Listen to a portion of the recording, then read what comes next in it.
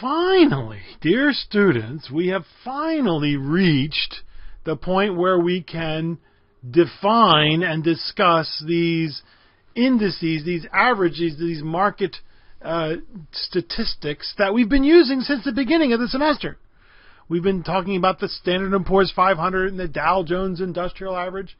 But what are they? Well, it turns out they're just lists. And finally, we're going to define them, we're going to review them, and we're going to show you the ones that I believe you need to know by name and realizing that there are dozens and dozens and dozens, and they make up new ones every darn day. Slide 48. Market average, market indices. How can we say that stocks have returned approximately 10%, actually a little bit more, over the past 70 years? Because, there's a lot of stocks out there, folks, and not all of them have done 10, 11%.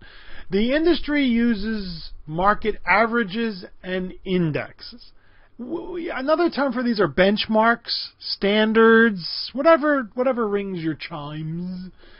They are used to measure the general behavior of the securities prices, in this case stocks, but there are also indices for bonds and other investments, by reflecting either the average price behavior, that's a market average, or the relational price behavior, that's a market index, of representative groups of securities, in our case this chapter stocks, at any given point in time.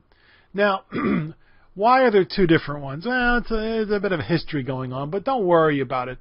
The differences between a market average and a market index are subtle, and most people don't even know there are differences.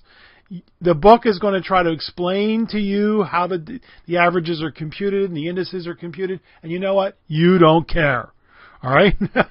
We'll tell you what's the most important thing about averages and indices, and that's all you need to know. You cannot help but hear about these every day in the news. The Dow went down, the NASDAQ went up. What are they? Most people have no idea. And what's the point? I don't know. Well, I do, but you will. But most people don't. They just hear the Dow went up. Oh, that must be good. The Dow went down. Oh, that must be bad. Slide 49. The difference between a market average and a market index is that an average just uses the share price. Now, the reason this started is because that's what they had back in 1896 when the Dow was started. But very quickly they realized, you know what, that's not going to work when we have a large list of stocks, because some stocks are very large, some stocks are very small. You're comparing apples to oranges. You need to have some way to compare the two so that the large companies have more weight. That's an index, a market-weighted calculation. We need to understand the capitalization, and we're going to define this later on, folks. So relax. But in other words, how big is the company? The larger the market share, the more influence the security will have in the index. And this is mostly all of the averages and indexes that you hear about. They're mostly all indexes. The Dow Jones Industrial Average is the major average. And the reason is because it's only 30 stocks. Standard & Poor's, 500 stocks. So they have to use this market-weighted calculation. And market-weighted calculations were generally regarded as a better measure until the bubble of the late 1990s. And back in Chapter 4, remember we said that one stock was responsible for 10% of the return on the Standard & Poor's 500 in 1998. So that there's 500 stocks, and one stock represents 10%. See, that's the problem. As the company gets larger, it has a bigger influence. Yes, this is, nothing's perfect. Nothing is perfect. Certainly not indexes or averages.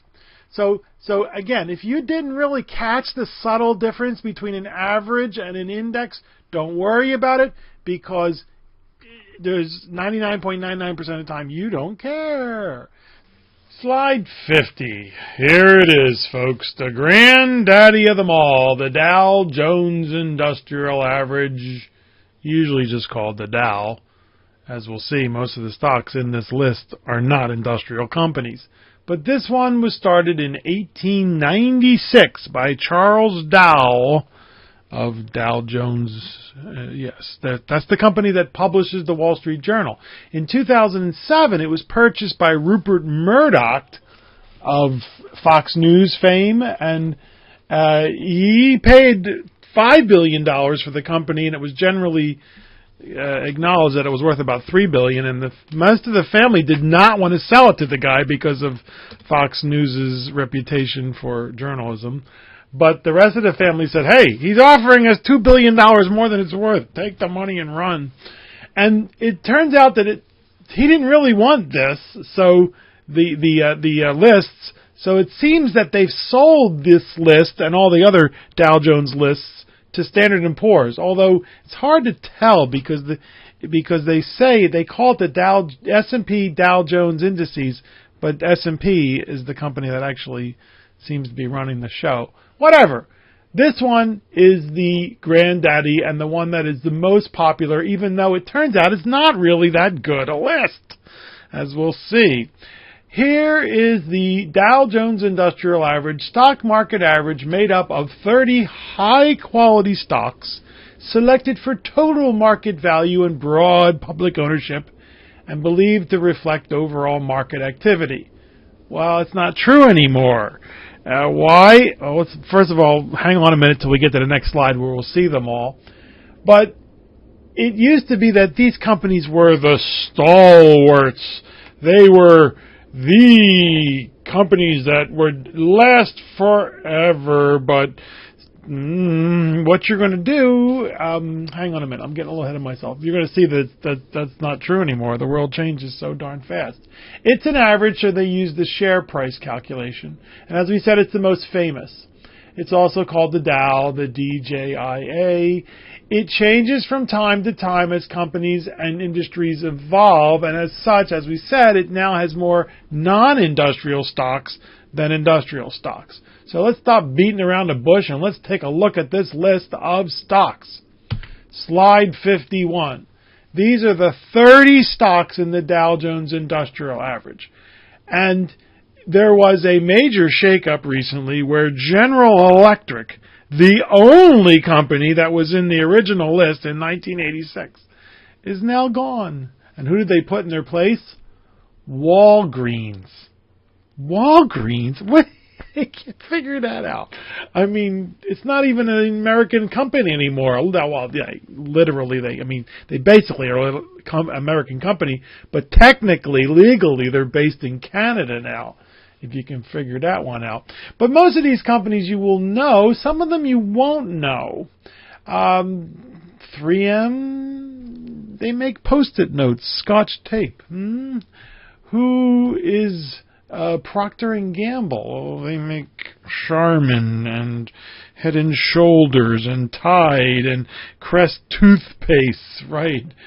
And so some of these companies, you might not know their names, but you certainly know their products. What we do now in the face-to-face class is we have a little handout called 84 years ago, 84, yeah. And so you're going to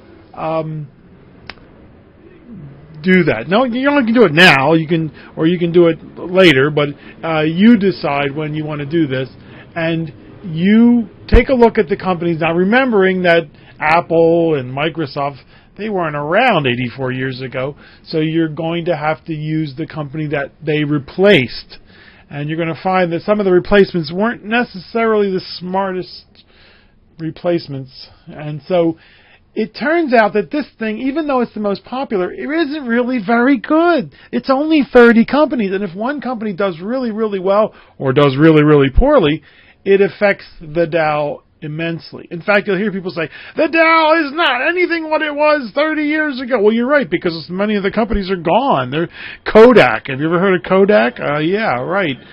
They didn't take GM out of the Dow until it was almost in bankruptcy. So it's not the best. We're going to see the better one soon enough, the Standard & Poor's 500, which we've made reference to, but we're going to see that one soon enough. So what we want you to do now, dear students, is you can do it now or later. Go to that 84 years ago and see if you can pick. I'm going to give you $10,000. See if you can pick the best stock in the Dow over the last 84 years. Huh? Have fun. Have fun with that.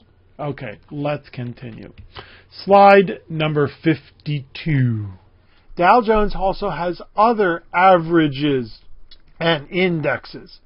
And for many years, and still people do look at the transport average. 20 railroad, airline, freight companies. Again, it's an average because there's only 20 companies. You can get away with it. When you get more companies, you need to use an index. Because what they do is they say, look, you know, before the stuff gets sold, it's got to get to where it needs to go to be built and then to where it needs to be sold. So they look at the transport average as a proxy, meaning a substitute, or as an indicator of what's going to happen 6 months here from now, 9 months from now. And then the utilities, well, utilities are pretty boring, so that's not a big deal. It's only 15. You put all three together, the industrial average, the transportation average, and the utilities, and you get the composite average. Nobody I know follows that. But the next two are very important. And why? Because of mutual funds. The Dow Jones U.S. Total Stock Market Index, it used to be called the Wilshire 5000 until Dow Jones kicked them to the side. Wilshire is a company that made their own index called the Wilshire 5000, which was 5,000 large, medium, mid-size, mid-cap they're called, and small companies. And then they made the Wilshire 4500, which is now called the Dow Jones U.S. Completion Total Stock Market Index. Who makes these names up? I don't know, but they're getting paid more than I do. And what Wilshire did is they took the 5,000 companies, the top 5,000 companies, you know, that means a lot of small companies because not all 5,000 are big, and they lopped off the top 500 stocks. That's the S&P 500. They took off the top 500 stocks. So in other words, you're looking at medium-sized companies and small companies. And this should look familiar. Does it look familiar? That's the S fund in the thrift savings plan. It used to be called the Wilshire 4500, which I think is a better name, but now it's called the Dow Jones U.S. Completion Total Stock Market Index. Sometimes called the extended market. I don't know. But remember that one? That's one of the ones. These two. I want you to remember these two. We'll get to that in a bit. Okay, Dow Jones Internet Index. The reason I threw that in there is because it's an example of how wrong people can be. The Dow Jones Internet Index came out at the height of the tech bubble in the late 90s. It then proceeded to lose 96% of its value. So much for indexed investing. Anyway, slide number 53. Now here's, folks, this is the most important index out there, but it gets second or sometimes third billing to the Dow and the NASDAQ. So the Standard & Poor's 500 Composite Index. 500 stocks chosen for market size, liquidity, and industry group representation. And it is a market value weighted index. Yes, what does that mean? That means, as we've said, the larger the company, the more influence, the more effect the price change has on the index. And traditionally, these were the largest 500 companies based in the United States. Well, now it contains a few foreign stocks. Why is that? Because some companies have gone global and are buying each other up. And so we have some companies that are very large American companies that were bought by foreign companies. For example, 1996, was it? 1997, 1996? Daimler-Benz, Mercedes-Benz, jawohl, they bought Chrysler. So it became Daimler Chrysler. And how did you, they don't own it anymore. How did you pronounce Daimler Chrysler in Germany? Daimler. The Chrysler was silent. It was a joke. And then 10 years later, they sold them. They decided it wasn't working out. So we got to get divorced. And they sold them. But when they bought them, S&P said, wait a minute, you just bought one of our largest companies in the United States. Okay, we'll let Daimler Chrysler in the Standard & Poor's 500. Okay, so some of the companies, because of the fact that BP, for example, British Petroleum, owns Arco and Amoco, so they allow some companies that are foreign to be in the S&P 500. But those are just a few. As we saw, it has used by many index funds. How low can you go? They keep lowering the some of them, Vanguard, Fidelity, some of them raise them, Wells Fargo, Nationwide, so that they can stick you in your 401k with high fees. And because of it is market weighted, that was generally, as we said, considered a better measure, but nothing's perfect.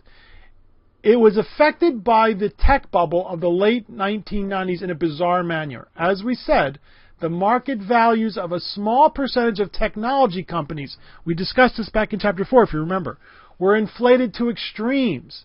This skewed the index even more toward those companies. And what do the index fund managers have to do? Right, they have to buy more, because now Apple and Microsoft and Dell and Oracle and all the Intel, the tech companies, were worth more, so they have more influence on the index, and they're worth more in the index, so now the mutual fund manager has to buy them. They can't say, you know what, this is getting out of hand. They have to do it. And then, of course, when the opposite happens, when the stock starts falling, they have to sell. They can't say, you know what, this is a great bargain. And that's why I'm not a big fan of index funds. And people will say, well, index funds are the only way to invest. I say, wrong. There are many ways to invest. Plus, they're not perfect. Nothing that we invest in, folks, nothing is perfect. There was one person perfect 2,000 years ago, and they hung him on a tree. They hung him to a cross. So remember, it just doesn't work that way, all right? Nothing is perfect. No investment is fail-safe. And consequently, and this is, the S&P realized what was going on. It's their index. They were worried about it too.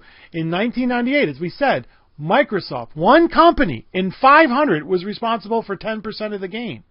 So obviously, nothing's perfect, and there are problems with index investing. I'm not trying to say you shouldn't invest in an index fund. That's not what I'm saying. But you have to realize that there are pros, there are advantages, and there are disadvantages. So big one, the Standard & Poor's 500, in my humble opinion, much better than the Dow, but the Dow gets top billing. And then Standard & Poor's, S&P has dozens and dozens and others of other indexes. The Industrial 400, the Mid-Cap 400, the Small-Cap 600, you put the S&P 500, the Mid-Cap 400, the Small-Cap 600 together, and you get the 1500. And then they have transportation, utilities, financial, global, international sector indices. Go to their website, Standard & Poor's, and check out the dozens and dozens of indices that they have. But what's the most important one? Standard & Poor's 500. Now, the major exchanges and markets have their own indices. The New York Stock Exchange Index, New York Stock Exchange has their own composite index. Approximately 2,000, not all the stocks listed on the New York Stock Exchange. AMEX has their own, nobody follows it. But here's the one that you see quite a bit, the NASDAQ. And the reason you see the NASDAQ is because that's a proxy, a substitute, a symbol, an indicator for the tech world. Because most of the companies in the NASDAQ are newer companies, as we talked about in a couple presentations ago. And so they're the companies like Apple and Intel and Microsoft that started out small and then became huge, and Google and Facebook and Oracle, but Oracle's no longer on the NASDAQ. They've moved to the New York Stock Exchange. Exactly. So it's not all tech companies. Some tech companies are on the New York Stock Exchange or other exchanges. Plus, there are some companies that are just not technology companies. Starbucks is on the NASDAQ. Is that a technology company? I don't think so. Costco. I don't know. So even though the NASDAQ is mostly tech companies, it's not all tech companies. But you will hear on the news often the Dow and the NASDAQ. Sometimes you hear the S&P. If it were up to me, I'd show the S&P, and then I would show the Wilshire 4500, but it's not up to me. Okay. And then there's the NASDAQ 100, which is non-financial firms, but that's not important. The NASDAQ composite went from 800 in 1995 to 5,000 in the year 2000. Yes, it was up and way up. How high can it go? And then when everyone was saying, ooh, is it too late to get in? Yes, because then it dropped 80% from 5,000 down to 1,200 in October 2002 before it started to recover. Ooh, is it too late to get out? Now that's the time you should be buying. And so the NASDAQ is technology laden. Okay, so let's take a few of the others. We are reviewing because I already showed you these two, but these are two I want you to remember, folks. So we're gonna reiterate these, and it's on a worksheet that we'll refer to at the very end. The Dow Jones U.S. Total Stock Market Index, which used to be called the Wilshire 5000, which is what I still call it. Standard & Poor's has their own. MSCI, who are they? We'll see those in a slide or two. They have their own, but you don't hear too much about them. And then the completion stock market, the 4,500. I still call it the Wilshire 4,500.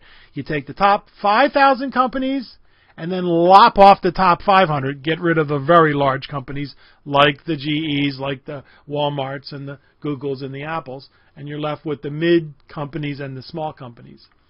So remember those, and on slide 57, we'll take a look at the last few that I want you to remember, and that's the Russell 2000. Now, what's that?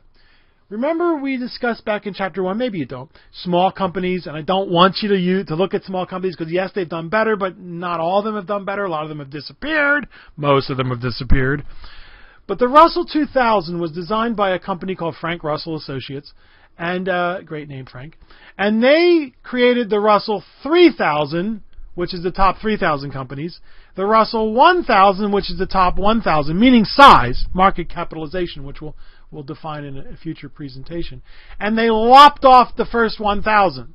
And what you're left with is 2,000 companies, one company 1,001 to 3,000. You see what happened? You're left with the 2,000 small companies. So the Russell 2000 is meant to measure small company performance.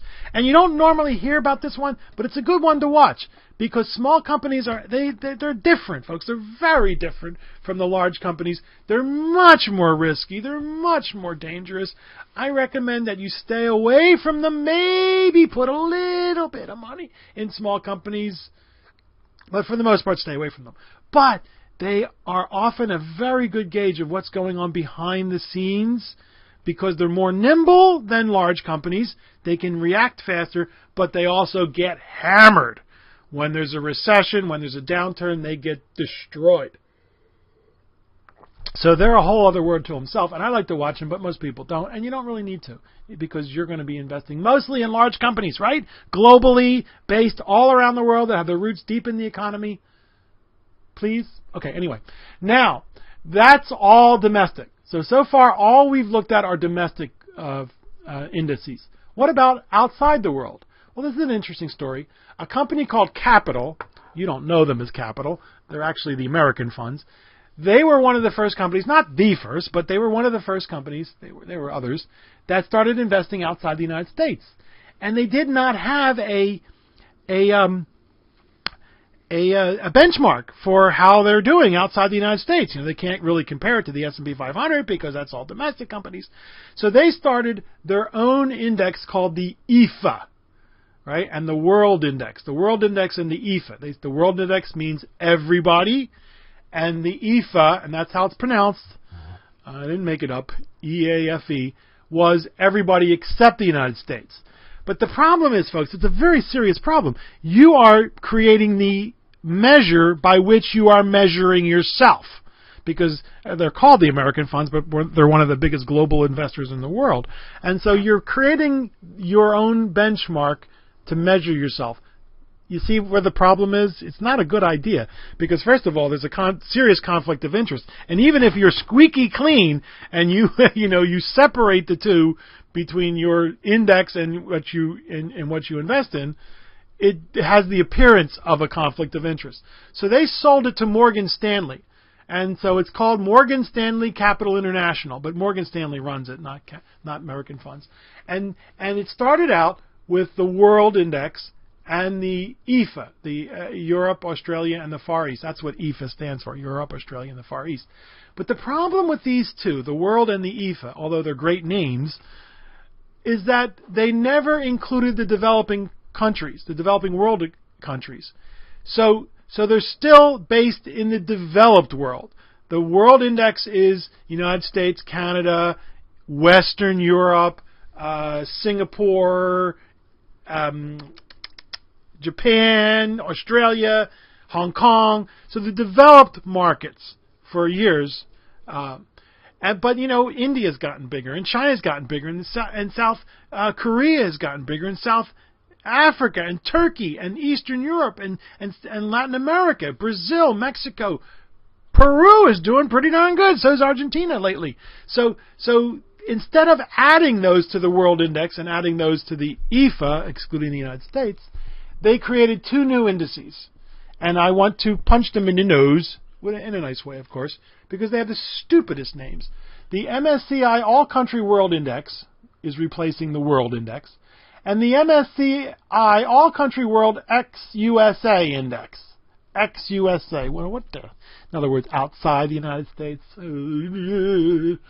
So these are replacing the World and the EFA Index because the developing markets are becoming more and more important, folks. And folks, that's where the growth is, folks. These people, hundreds of millions have already come out. More are coming out of poverty every year. And this is a phenomenal sign for investors. Because you know what? They got money in their pockets, and they want Dannon yogurt, and they want Marlboro cigarettes, and they want Coca-Cola, and they love Disney, and they want to have a cell phone. And you see, it's good. That's good. It's good that the rest of the world is playing catch up to us. It's not a bad thing. If you're Colgate, if you have a couple of children, you maybe have a hard time getting your kid to brush teeth for the first time, or trying to get them to keep them brushing teeth. Colgate and Crest, they're trying to get people, hundreds of millions of people in India to brush their teeth for the very first time. And once they realize that their teeth aren't going to fall out as fast, you understand. Exactly. These are good signs, folks, for investors. I believe. We'll see. Can't guarantee anything. But I'm excited. Now, in the face-to-face class, we would stop right now and do worksheet number 1. Now, you can stop right now and do worksheet number 1, or do it on your own at a different time. But those are the indexes, 8 indexes that I want you to remember. Dow, S&P 500, NASDAQ, Russell 2000, the EFA, which is being replaced by the All Country World ex-USA, the World, which is being replaced by the All Country World Index, the Wilshire 5000, the Wilshire 4500, which are the Dow Jones U.S. Total Stock Market Index, and the Dow Jones Completion U.S. Total Stock Market Index. How can you remember that? All you have to do is be able to identify them, okay? I remember the Wilshire 5000, the Wilshire 4500. So is that a deal? All right. So either you do it now, stop the presentation, do it now, or wait until afterwards. Because we have just a few more slides. Just a few more slides, folks. Because this is what you're going to see on the nightly news, on the internet. This Dow started rocketing in the morning only to fall tremendously during midday and breathlessly fall into the dire pit of despair. But then by 2 p.m. it came back again, only to end pretty much where it started at the beginning of the day. This is what you're going to see, folks, every day on the news. Because they got to sell eyeballs, right? They have to sell advertising. What's going on here? There's a wonderful book that was written back in the 1950s called How to Lie with Statistics. How to Lie with Statistics. And what are they doing here? They're only showing you a very small part of the Dow Jones Industrial Average. Not even, 30 points worth, 25 points worth. If they were to show you the entire index, today's unstable stock market index would look like this. Today's stable stock market index. Stock market index mania changes to stock market index ennui. You like that word, ennui? It means beyond boredom. It's a French word. And Are they going to show you this graph on the nightly news? No, folks, because it wouldn't sell any eyeballs. It wouldn't get you excited and nervous and make you want to breathlessly watch the news. Indeed, right? So keep a long-term perspective. So now let's revisit the Standard & Poor's 500 for year 2018 and re-examine volatility on slide 60. You see, you're not going to see this graph on the nightly news, right? If you remember the graph from a couple of presentations ago, you saw that the market was very volatile in 2018.